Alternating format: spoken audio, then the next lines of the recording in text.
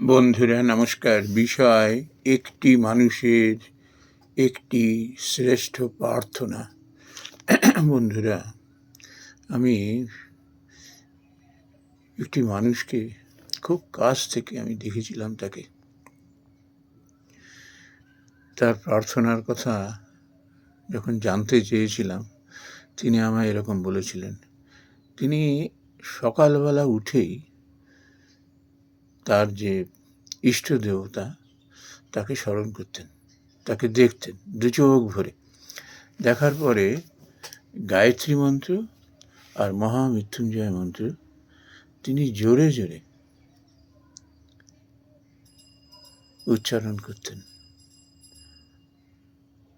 তারপর কি প্রার্থনা করতেন জানেন? হে প্রভু, তুমি সকলের কল্যাণ করো, মঙ্গল করো। শত্রু মিত্র আপন পর কোনো ভেদাভেদ ছিল না, সকলের জন্য দরাজভাবে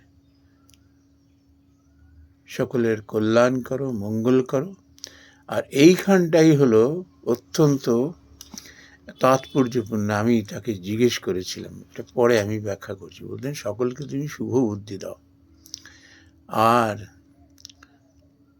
তিনি প্রার্থনা করতেন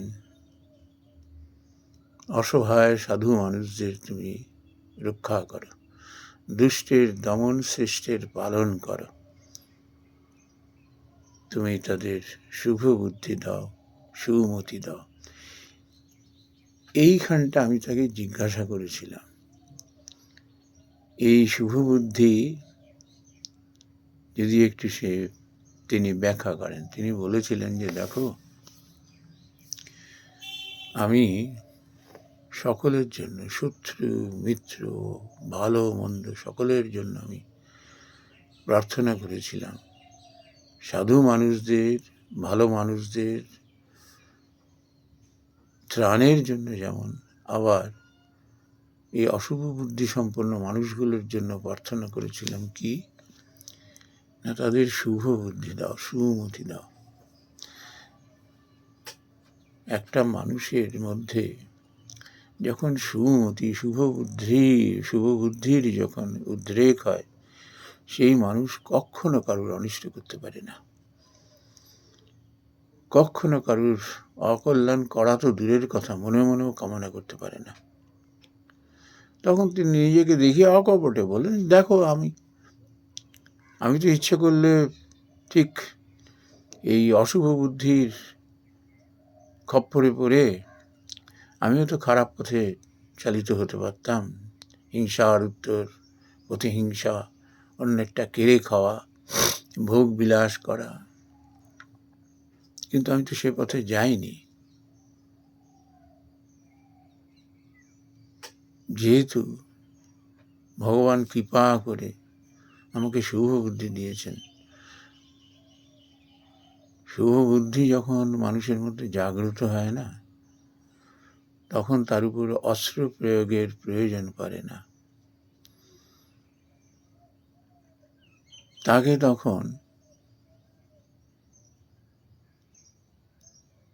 মূল স্রোতে সমাজের ফিরিয়ে আনবার জন্য কোনো শাস্তি বিধানের প্রয়োজন হয় না। তুমি কজন মানুষকে তুমি ওই পথ থেকে ফেরাতে পারবে? আড়ালে আবডালে, অন্ধকারে, গোপনে, কপটতার আশ্রয় নিয়ে কত তারা অশুভ কাজ করে চলেছে। তুমি কজন আর নাগাল পাবে তুমি? অসম্ভব। তখন তিনি একটি কথা বলেছেন, দেখো, সারা রাস্তায় কণ্টক বেছানো রয়েছে, ওই রাস্তা তোমায় পুরো চামড়া দিয়ে মুড়তে হবে না। তুমি যদি তোমার পাটিকে চামড়া দিয়ে আচ্ছাদন করে নিতে পারো, ব্যাস, আর তোমার ভয় নেই। পথ যত দীর্ঘায়িত হোক না কেন, সেই পথ কণ্টকাকীর্ণ, তুমি তো অতিক্রম করে যাবে। এমনি মানুষের মধ্যে যখন শুভ বুদ্ধির উদ্রেক হয় না, তখন আর তোমাকে সমাজের যে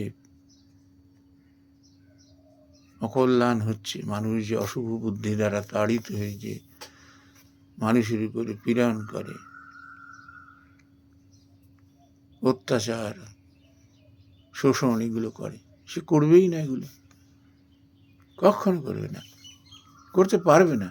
আমি কি পারছি? তখন সে পরিণামটা বুঝতে পারে যে নিট ফল শূন্য, হাহাকার পরিণামে জীবনের উপরে হাহাকার নেমে আসে। ওই জন্য শুভ বুদ্ধি এর মতো শক্তিশালী অস্ত্র আর কি হতে পারে? সকলের শুভ বুদ্ধি কামনা করতে হয়, প্রত্যেকের জন্য। যে সমাজের বুকে দাঁড়িয়ে অন্যায় অবিচার করছে তার জন্য, কেননা তুমি তার কিচ্ছু করতে পারবে না, তার ধারে কাছে পৌঁছতে পারবে না। তার এত শক্তি, তার এত ক্ষমতাবল, তোমাকে মেরে শেষ করে উপরে পাঠিয়ে দেবে, কিচ্ছু করতে পারবে না তুমি। আগুন জ্বলছে, তুমি সেখানে যে হাত দিয়ে তাকে বোঝানোর চেষ্টা করো, বুঝবে তো নাই, তোমার হাতটি দগ্ধ হবে।